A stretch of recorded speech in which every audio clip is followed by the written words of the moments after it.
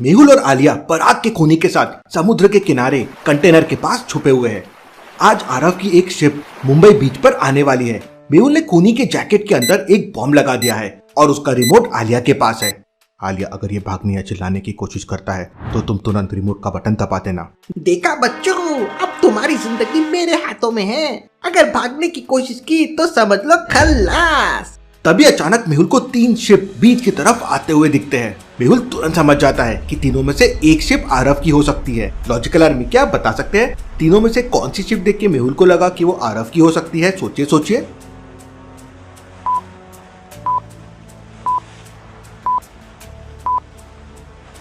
पहली वाली शिप पर इंडिया का लोगो लगा हुआ है, इसका मतलब ये नेवी वालों की शिप है।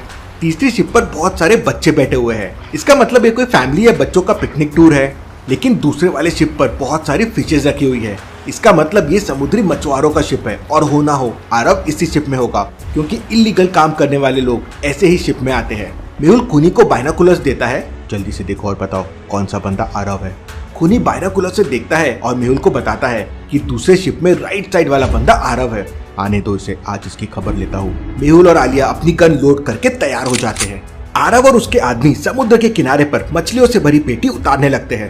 मेहुल और आलिया इसी मौके के इंतजार में थे, लेकिन मेहुल को समझ नहीं आ रहा था कि किस तरफ से हमला किया जाए, क्योंकि अगर मेहुल सामने से जाएगा तो आरव और उसके आदमी भी फायरिंग कर सकते हैं। लॉजिकल आर्मी, क्या आपके पास कोई आइडिया है जिससे मेहुल बिना किसी रिस्क के आरव को पकड़ सके? सोचिए सोचिए।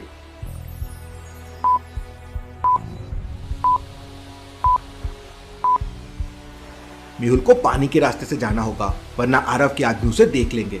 आलिया, मैं पानी के रास्ते से जहाज पे जा रहा हूँ, अगर कोई खतरा लगे तो मुझे कवर फायर देना। इतना कहते ही मेहुल समुद्र में कूद जाता है। मेहुल के जाते ही वो खूनी आलिया को धक्का देकर भागने लगता है और जोर जोर से चिल्लाने लगता है। आलिया तुरंत रिमोट का बटन दबा देती है, लेकिन वहाँ पर बॉम्ब ब्लास्ट नहीं होता। आलिया खूनी को पकड़ने की कोशिश करती है, लेकिन तब तक आरव और उसके आदमी आलिया को देख लेते हैं। आलिया वही रिमोट फेंक कर उस खूनी को मारती है। रिमोट सीधा खूनी की टकली में लगता है और वो बंदा नीचे गिर जाता है। लेकिन तभी अचानक, अरे मर गई! आरव और उसके आदमी आलिया के ऊपर फायरिंग करने लगते हैं। आलिया खुद को बचाने के लिए कराटे वाली स्टाइल में जंप करते हुए कंटेनर के पीछे छुप जाती है। अगर मेहुल सर टाइम पे नहीं आए तो आज तो पक्का मेरा राम नाम सत्य होने वाला है। आरव और उसके आदमी फायरिंग करते हुए धीरे धीरे आलिया की तरफ आने लगते हैं। आलिया तुरंत मेहुल को कॉल करती है, लेकिन मेहुल का कॉल ऑफ आ रहा था। अब तो आलिया को पसीने आने लगते हैं। मुझे इन लोगों के बीच में अकेला छोड़कर मेहुल सर चले गए, ऊपर से फोन भी ऑफ कर लिया। लॉजिकल आर्मी, क्या आप बता सकते हैं मेहुल ने इस समय फोन क्यों ऑफ किया होगा? सोचिए सोचिए।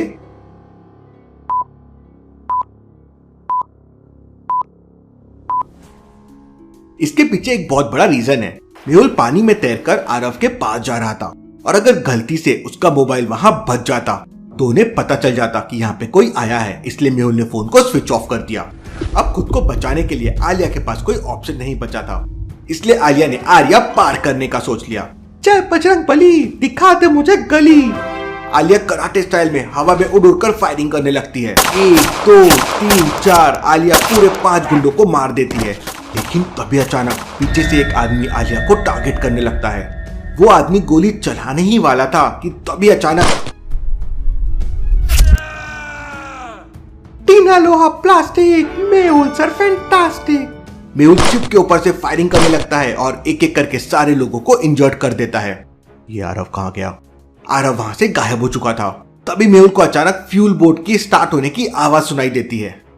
मेहुल पीछे मुड़कर देखता है तो आरव बोट से भाग रहा था। मेहुल आरव की बोट को टारगेट करके फायर करता है और गोली जाकर बोट में लगती है और बोट पलट जाती है। मेहुल तुरंत शिप से नीचे उतरकर आरव के पास जाने लगता है, लेकिन तभी अचानक आरव का एक आदमी बोट लेकर आ जाता है और आरव को अपने साथ ले जाने लगता है।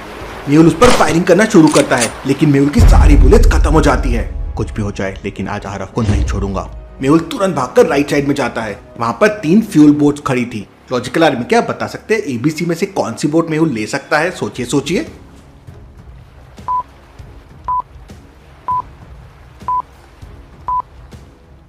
पहली वाली बोट एक जंजीर से लॉक है। मेहुल को वो लॉक खोलने में टाइम लग जाएगा और उसकी गन में बुलेट भी खत्म हो गई है।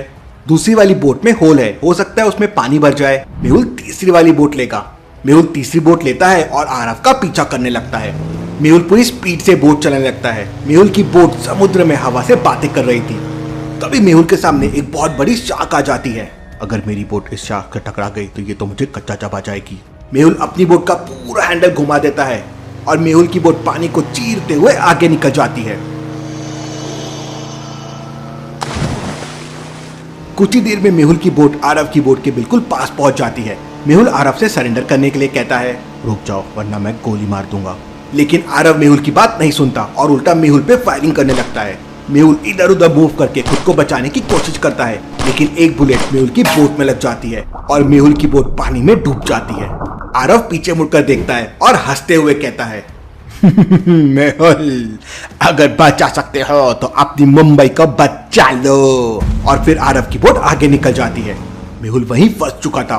मेहुल स्विमिंग करते हुए वापस समुद्र के किनारे आने लगता है, लेकिन मेहुल किनारे से बहुत दूर था और स्विमिंग करते हुए वहां तक जाना इम्पॉसिबल था। लेकिन मेहुल हार नहीं मानता और लगातार स्विमिंग करता रहता है।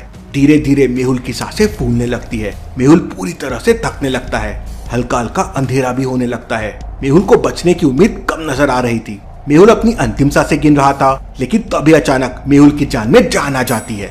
उसे अपनी तरफ एक बोट आते हुए दिखाई देती है। थोड़ा थोड़ा अंधेरा हो गया था, इसलिए मेहुल को समझ नहीं आ रहा था कि बोट कौन चला रहा है।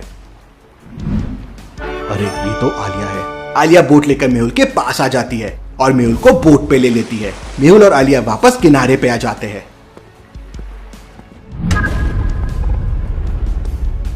आरव तो हाथ से निकल गया, लेकिन उसके आप भी हमारे काम जरूर आएंगे। आलिया, मैं इन सारे लोगों को लेकर हॉस्पिटल जा रहा हूँ। तुम अपनी स्कूटी लेकर भूलभुलैया साइंटिस्ट के पास जाओ और स्पेशल वेपन्स तैयार करवाओ। इस बार हमारी फाइट अंडरवर्ल्ड से है। मेहुल कॉल करके एम्बुलेंस बुलाता है और आरव के सारे इंजर्ड गुंडों को लेकर हॉस्पिटल के लिए निकल जाता है। उधर आलिया भूलभुलैया साइंटिस्ट के घर जा रही थी। भूलभुलैया साइंटिस्ट ने उसके घर तक पहुंचने के लिए एक भूलभुलैया बना रखी है। लॉजिकल आर्मी, क्या आप बता सकते हैं कौन सा रास्ता साइंटिस्ट के घर तक जाता है? सोचिए सोचिए लॉजिकल आर्मी, और मुझे आपका आंसर कमेंट करके बताएं।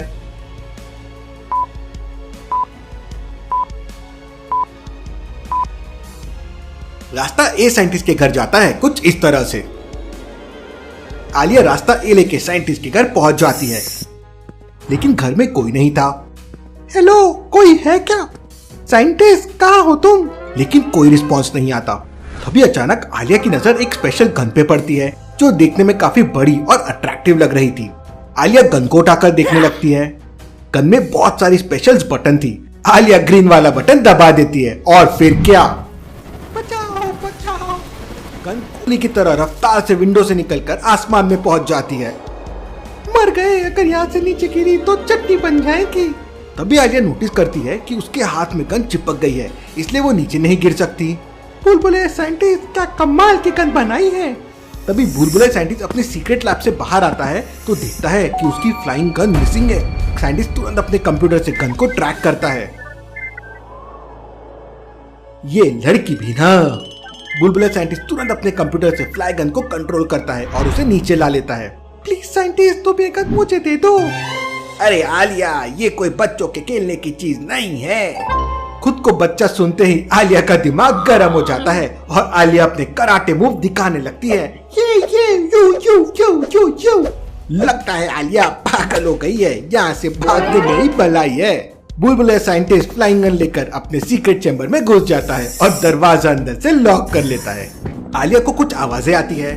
आलिया विंडो से देखती है तो उसके होश उड़ जाते हैं। ऊपर एक नहीं चार हेलीकॉप्टर उड़ रहे थे। इससे पहले कि आलिया कुछ कर पाती, एक हेलीकॉप्टर की मिसाइल सीधा आलिया की तरफ आती है। आलिया एकदम डर जाती है और अंदर की तरफ भागने लगती है। लकीली आलिया का पैर फिसल जाता है और मिसाइल आलिया के बिल्कुल ऊपर से निकल जाती है। बाहर की आवाजें सुनकर भूलभुलैया साइंटिस्ट अपने चेंबर से बाहर आता है तो उसका दिमाग खराब हो जाता है। आलिया, ये तुमने क्या किया? पूरी दीवार ही तोड़ दी। सर, वो बाहर देखिए। भूलभुलैया साइंटिस्ट जैसे ही बाहर दिखता है तभी अचानक एक गोली सीधा आकर साइंटिस्ट के पैर में लगती है। साइंटिस्ट वहीं के वहीं गिर जाता है। आलिया भूलभुलैया साइंटिस्ट को उठाकर एक कोने में लेके जाती है। आलिया, ये तो जयकाल है, लगता है जयकाल वापस आ गया है। लॉजिकल आर्मी भूलभुलैया साइंटिस्ट को कैसे समझा कि ये जयकाल आर्मी है? सोचिए सोचिए।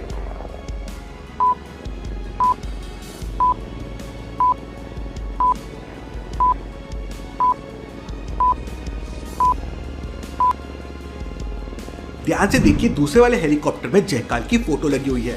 लेकिन मेहुल सर ने तो जयकाल को मार दिया था। आलिया और बुलबुले साइंटिस्ट को समझ नहीं आ रहा था कि जयकाल जिंदा कैसे हो गया।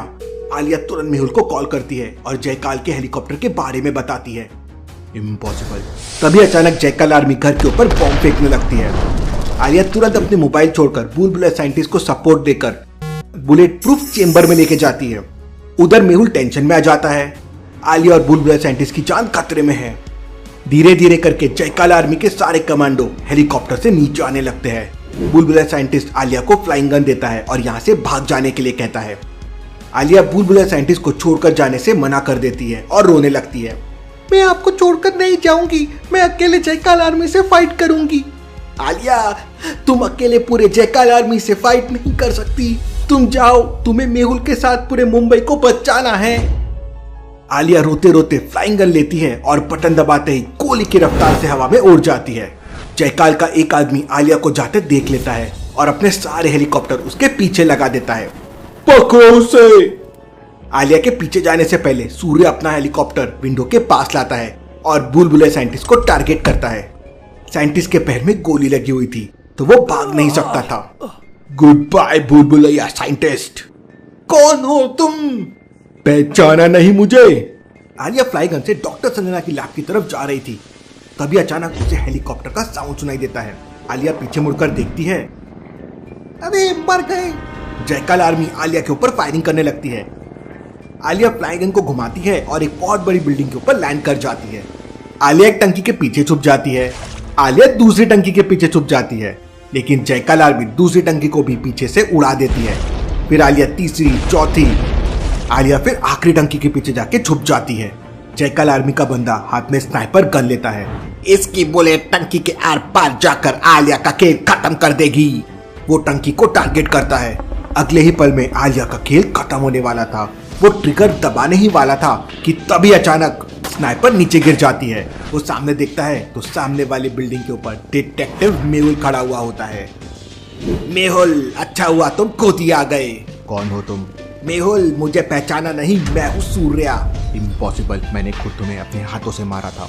लेकिन इसके पहले कि सूर्या कुछ कर पाता, मेहुल अपनी ब्लास्टिंग गन से फायरिंग करने लगता है और एक गोली सीधे जाके सूर्या के बगल वाले हेलीकॉप्टर में लग जाती है। Helicopter on the spot blast हो जाता है। हेलीकॉप्टर को पीछे लो और मेहुल के ऊपर बॉम्ब फेंको। पूरी जयकाल आर्मी मेहुल के ऊपर बॉम्ब फेंकने लगती है। खुद को बचाने के लिए मेहुल भागने लगता है।